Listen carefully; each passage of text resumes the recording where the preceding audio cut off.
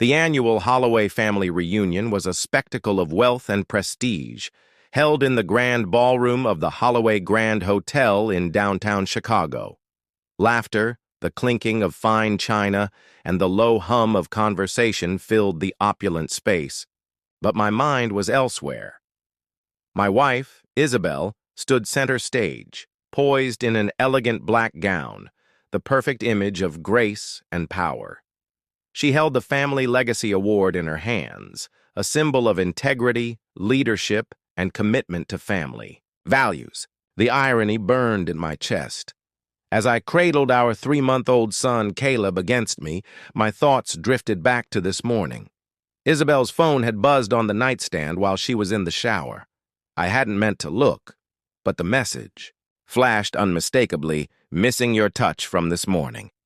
Can't wait to replace your boring husband, Julian Rivers, her personal assistant." A sick clarity settled over me as I scrolled through their messages, intimate photos, plans for Italy, mockery of me, and the final betrayal. Once we land key. Clients, we'll start our own firm. Holloway & Co. will be old news. This wasn't just an affair. She was conspiring against my family, against me. As the announcer's voice rang out and Isabel stepped forward to accept her award, I made my move. I had synced her phone to the venue's massive projector screen. Just as she reached for the microphone, the text appeared. "Can't wait for round 2, gorgeous. You were incredible this morning. He'll never know." The room fell silent. Gasps rippled through the crowd. Isabel froze, her face draining of color. Then another message lit up the screen. "Did you tell him yet? Or are we waiting until we steal the clients first?" A strangled gasp came from the audience. Her father, Harrison Holloway, sat stone-faced, his jaw tight with fury. And then, like fate itself mocking her, a FaceTime call from Julian lit up the screen, his smug face flashing before hundreds of stunned guests. Harrison's voice cut through the chaos. "My office. Now." Isabel turned to him, desperation in her eyes. "Dad, please, now." Adjusting Caleb in my arms, I stepped forward. "I'll have my lawyer contact you. I'll be seeking full custody." She turned to me, her mouth opening to argue, but I was already walking away, leaving her perfect world to burn. The executive suite atop the hotel was suffocatingly silent. Harrison sat behind his massive desk, his wife, Victoria, standing beside him, arms crossed. They weren't looking at Isabel. They were looking at me. "You wanted to see me?" I asked, shifting Caleb in my arms. Harrison's jaw tightened. "Sit." Isabel hesitated before sinking into the chair beside me, gripping her dress like a lifeline.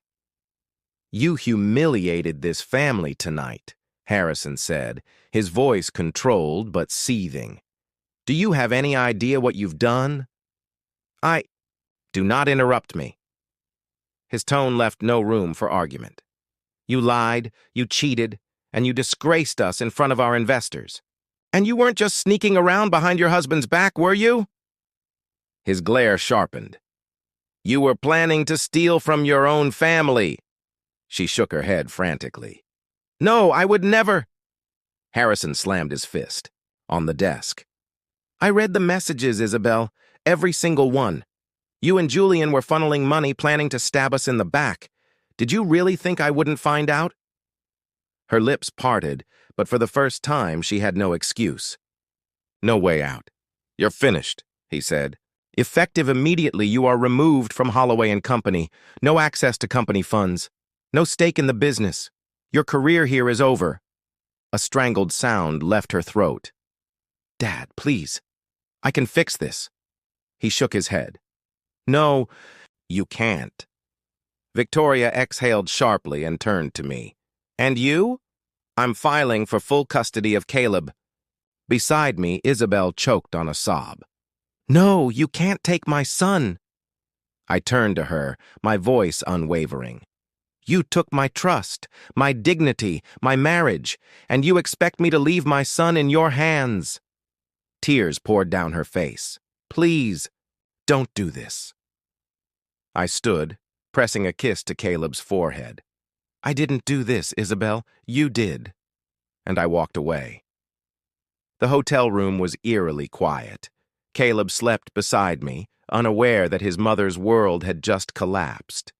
A knock at the door pulled me from my thoughts. I opened it to find Harrison, holding a bottle of whiskey. "Drink with me," he said. We sat in silence before he finally spoke. "She thought she was untouchable. You proved her wrong, and for that I should be furious. But I'm not." I arched a brow. "She stole from the company, from her own family. I can't trust her with my legacy anymore." He met my gaze. "That's why I'm here." I frowned. "What are you saying?" "I need someone I can trust to take her place." Vice President of Holloway and Company. The irony wasn't lost on me. Isabel had spent years scheming for power, and now it was being handed to me. Harrison straightened his jacket. "Think about it.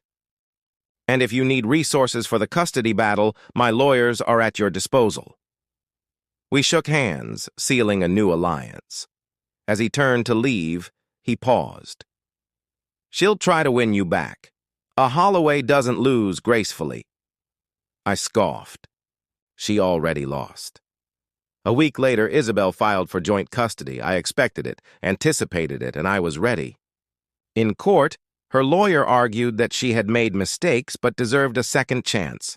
Leon, my attorney, countered with the facts: her financial instability, her lack of employment, her betrayal. The judge turned to her. "Where are you living?" "A rental apartment," she admitted. Leon leaned forward. "Furthermore, we have evidence of an extramarital affair and financial misconduct." The judge's gaze hardened. "Is this true?" Isabel's voice was barely a whisper. "I made a mistake, but I love my son." "That love doesn't provide stability," Leon said. The judge reviewed the documents, then delivered the verdict. Full custody to the petitioner. Supervised. Visitation for the respondent. A sharp gasp escaped Isabel. Her world had officially crumbled. Outside the courthouse, Leon clapped my shoulder. "You did it!" I nodded. It was over. As I reached my car, Isabel appeared, her eyes red, voice trembling. "Please, don't shut me out completely." I studied her, the woman I once loved, now nothing more than a lesson learned. "I'll do what's best for Caleb." Then, I got in my car and drove away. I didn't look back. For the first time in a long time, I didn't need to.